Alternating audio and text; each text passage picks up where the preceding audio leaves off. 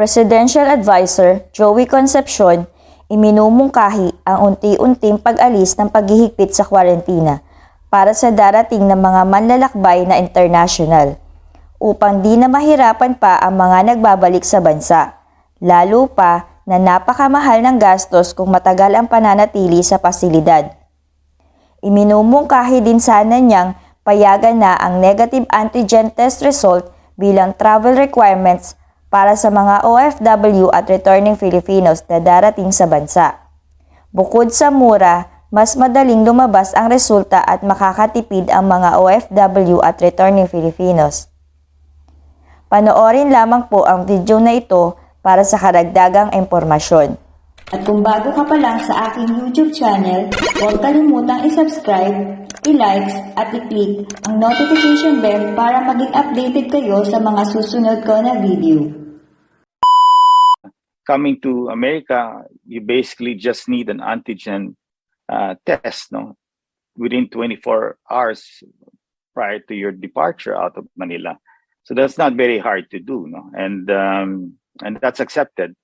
And I thought that is a good way because in our case, when we leave America, we're required to take an RT-PCR test 48 hours prior to departure, no. So that is a bit of concern because the RT-PCR testing capacity here is at the max. So some Filipinos going home may have a problem in trying to get an appointment, no, for this RT-PCR test. I thought the idea of an antigen test prior to departure within 24 hours is good enough, no, to be able to provide enough comfort. No, it may not be as perfect as an RT-PCR, but an RT-PCR taken either too early or may also not be effective, no? So or too late. So this is some ideas that I've mentioned to our advisors that we should think about it. I believe that eventually, yes, you have seen in the news, Thailand, Switzerland has started to open up, no, and their quarantine. Some of them are removing their quarantine, like Thailand. UK has gone the extreme by removing face masks, vaccine passports, and all of that. They just will not do anything and allow, a super normal life. We are not suggesting any such a move as that. We're not also suggesting that we implement the no quarantine immediately.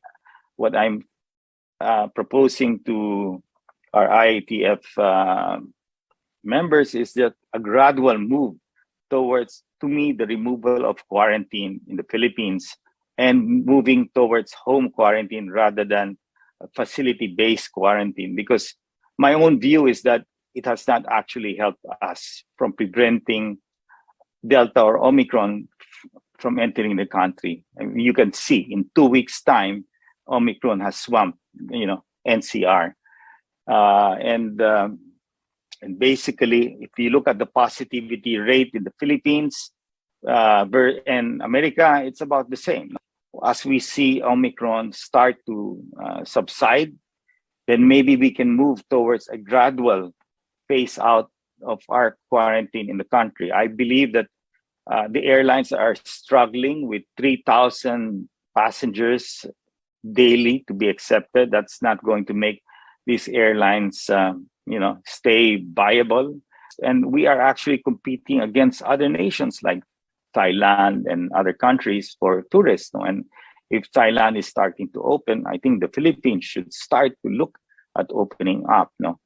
And I think one common agreement that we have is that we should allow tourists who are only fully vaccinated. No? In the same manner that America only allows people to enter who are fully vaccinated. The same thing we should do. So these are things that I think moving forward, we will really try to engage with the IATF on starting to study this whole gradual move towards the removal of quarantine. No? And I think it will benefit not only our OFWs who come home for a brief vacation, but many of those people who don't have enough funds to pay for these hotels. No? I completely agree with everything that Sir Joey said earlier, that we really need to start shifting our paradigm with the way we deal with COVID.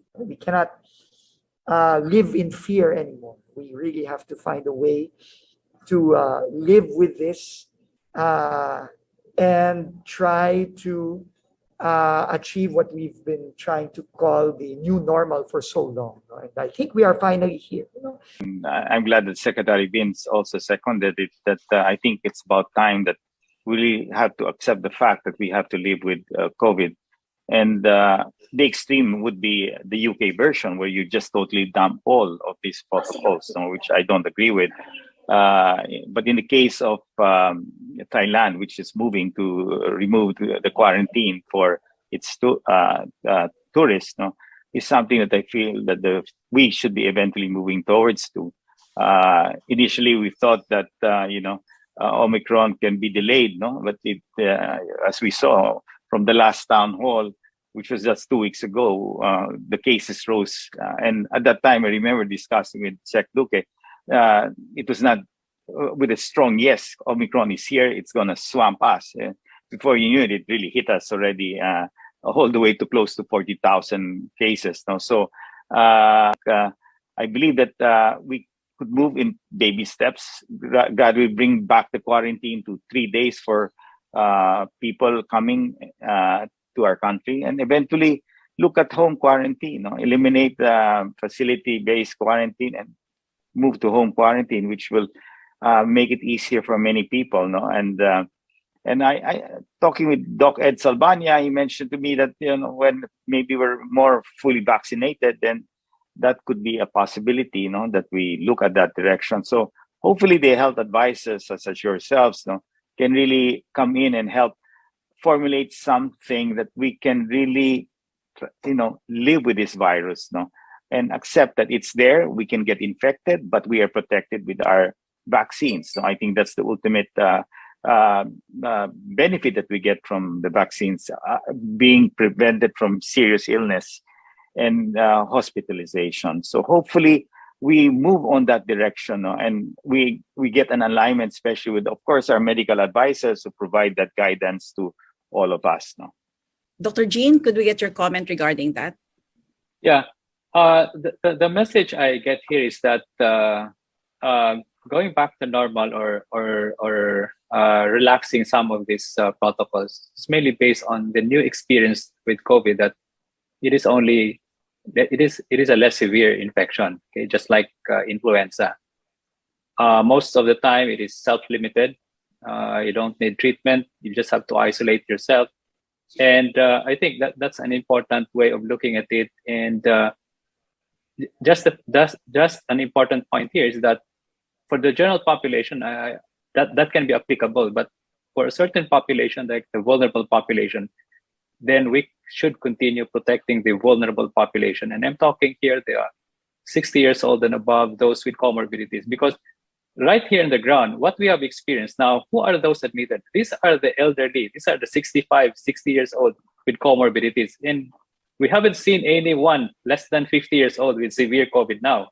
So I think on that note, I agree with the points of PA Joey as much as possible, that we can somehow move on and make this something that we should not panic. But again, me as a medical practitioner, I really have to focus again for fully vaccination, booster, masking for those vulnerable population. All right. Dr. T, comments from you too? Wala na.